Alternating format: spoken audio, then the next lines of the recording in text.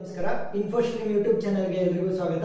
ಈ ವಿಡಿಯೋದಲ್ಲಿ ನಾವು ಮಲ್ಟಿಪ್ಲೆಕ್ಸರ್ಸ್ ಗಳ ಬಗ್ಗೆ ಡಿಸ್ಕಸ್ ಮಾಡೋಣ. ಸೊ ಮಲ್ಟಿಪ್ಲೆಕ್ಸರ್ಸ್ ಅಲ್ಲಿ 2:1, 4:1, 8:1 ಎಕ್ಸಾಮ್ ಪರ್ಸ್ಪೆಕ್ಟಿವ್ ಅಲ್ಲಿ ಇಂಪಾರ್ಟೆಂಟ್.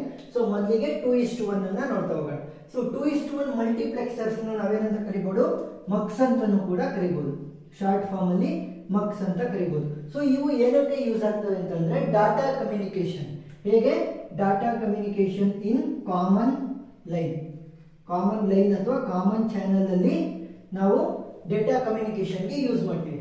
ಯಾಕೆ ಅಂತಂದ್ರೆ 2:1. ಸೊ ಇದು ಏನೇ ಆಗಿರ್ಬೋದು, ಆದ್ರೆ ನಮಗೆ ಔಟ್ಪುಟ್ ಯಾವತ್ತಿದ್ರು ಒಂದೇ ಒಂದು ಔಟ್ಪುಟ್. ಸೊ ಮಲ್ಟಿಪ್ಲೆಕ್ಸರ್ಸ್ ಗಳಲ್ಲಿ ಹೇಗೆ n ನಂಬರ್ ಆಫ್ ಇನ್ಪುಟ್ಸ್ ಗಳಿದ್ರೆ ಬರೀ ಕೇವಲ ಒಂದೇ ಒಂದು ಔಟ್ಪುಟ್ ಇರುತ್ತೆ. ಸೊ ಇದನ್ನ ಒಂದೇ ಒಂದು ಕಾಮನ್ ಲೈನ್ ನ ಯೂಸ್ ಮಾಡಿಕೊಂಡು ನಾವು ಡೇಟಾ ಕಮ್ಯುನಿಕೇಶನ್ ನ ಮಾಡ್ತಾ ಹೋಗ್ತೀವಿ. ಸೊ ಇವಾಗ 2:1 ಮಲ್ಟಿಪ್ಲೆಕ್ಸರ್ಸ್ ನ ಕನ್ಸಿಡರ್ ಮಾಡಿಕೊಂಡು ಅದಕ್ಕೆ block diagram, truth table, equations ಮತ್ತೆ ಲಾಜಿಕ್ ಸರ್ಕ್ಯೂಟ್ ಡಯಾಗ್ರಾಮ್ ಅನ್ನ ಬಿಡಿಸ್ತಾ ಹೋಗೋಣ.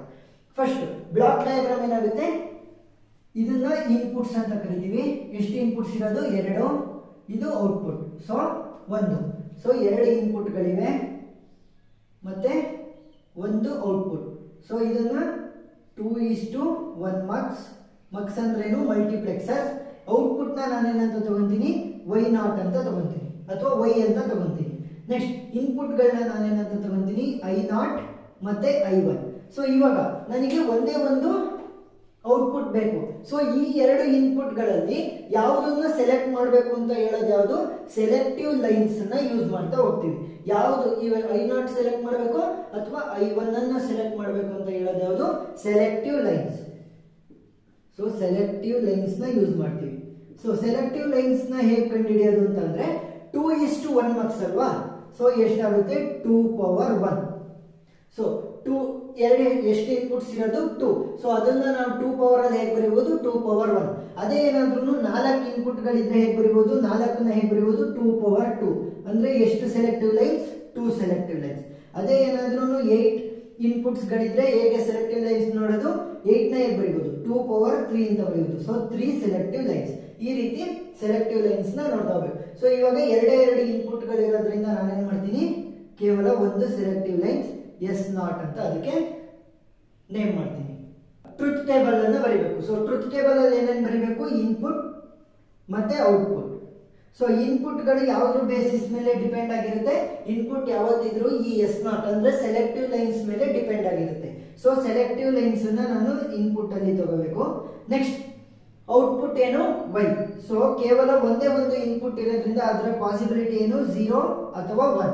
ಸೊ ಔಟ್ಪುಟ್ ಏನಾಗಿರುತ್ತೆ, ನಾವೇ ಅಸರ್ವ್ ಮಾಡೋಣ. ಸೊ 0 ಏನಾದ್ರೂ ಇದ್ರೆ S0 ವ್ಯಾಲ್ಯೂ 0 ಇದ್ರೆ i0 ಅನ್ನ ತಗೊಳುತ್ತೆ.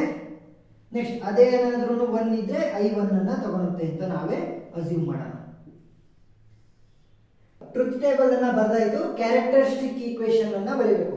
ಸೊ ಕ್ಯಾರೆಕ್ಟರಿಸ್ಟಿಕ್ ಈಕ್ವೇಶನ್ ಹೇಗೆ ಬರೆಯೋದು, ನಮಗೆ ಬೇಕಾಗಿರುವಂತ ಔಟ್ಪುಟ್ ಏನು, y. So y is equal to first S0 0 ಇದೆ. ಸೊ S0 0 ಇದ್ರೆ ಏನಂತ ಬರೀಬೇಕು, S0 ಬಾರ್. ನೆಕ್ಸ್ಟ್ ಅದಕ್ಕೆ ಇರುವಂತ ಕರೆಸ್ಪಾಂಡಿಂಗ್ ಔಟ್ಪುಟ್ ಏನು, i0. So i0 plus next ಏನು, S0 ವ್ಯಾಲ್ಯೂ 1 ಇದೆ. ಸೊ S0 ಅಂತಾನೆ ಬರೀಬೇಕು. Next i1. So into i1. So ಇವಾಗ ಏನಾಯ್ತು, ಕ್ಯಾರೆಕ್ಟರಿಸ್ಟಿಕ್ ಈಕ್ವೇಶನ್ ಆಯ್ತು. ಸೊ ಇದನ್ನ ಯೂಸ್ ಮಾಡಿಕೊಂಡು ನಾವು ಲಾಜಿಕ್ ಸರ್ಕ್ಯೂಟ್ ಡಯಾಗ್ರಾಮ್ ನ ಬರೀಬೇಕು. ಸೊ ಲಾಜಿಕ್ ಸರ್ಕ್ಯೂಟ್ ಡಯಾಗ್ರಾಮ್ ಅಲ್ಲಿ ನಮಗೆ ಯಾವ್ದು ಬೇಕು, S0 ಬೇಕು, i0 ಬೇಕು, i1 ಬೇಕು. ಸೊ ಏನ್ ಮಾಡ್ತೀನಿ, i0 ಮತ್ತೆ i1 ಅನ್ನ ಈ ರೀತಿ ಬರೀತೀನಿ.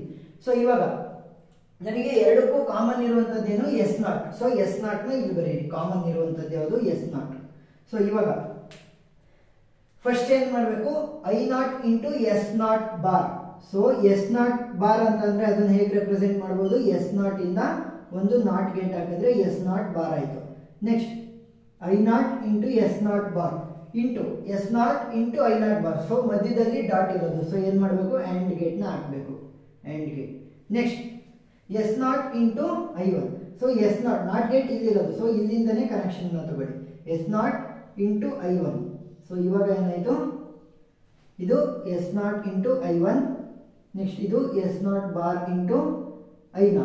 ಸೊ ಇವಾಗ ಏನ್ ಮಾಡಬೇಕು, ಇವೆರಡನ್ನು ಕೂಡ ಆಡ್ ಮಾಡಬೇಕು. ಆಡ್ ಅಂದ್ರೇನು, R gate. So R gate ನ ಯೂಸ್ ಮಾಡಿಕೊಂಡು ಇವೆರಡನ್ನ ಕನೆಕ್ಟ್ ಮಾಡಿ, ಆರ್ ಗೇಟ್.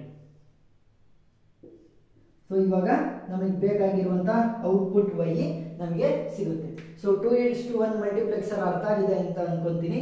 ಏನಾದರೂ ಡೌಟ್ ಇದ್ರೆ ಕಮೆಂಟ್ ಸೆಕ್ಷನ್ ಅಲ್ಲಿ ತಿಳಿಸಿ. Thank you.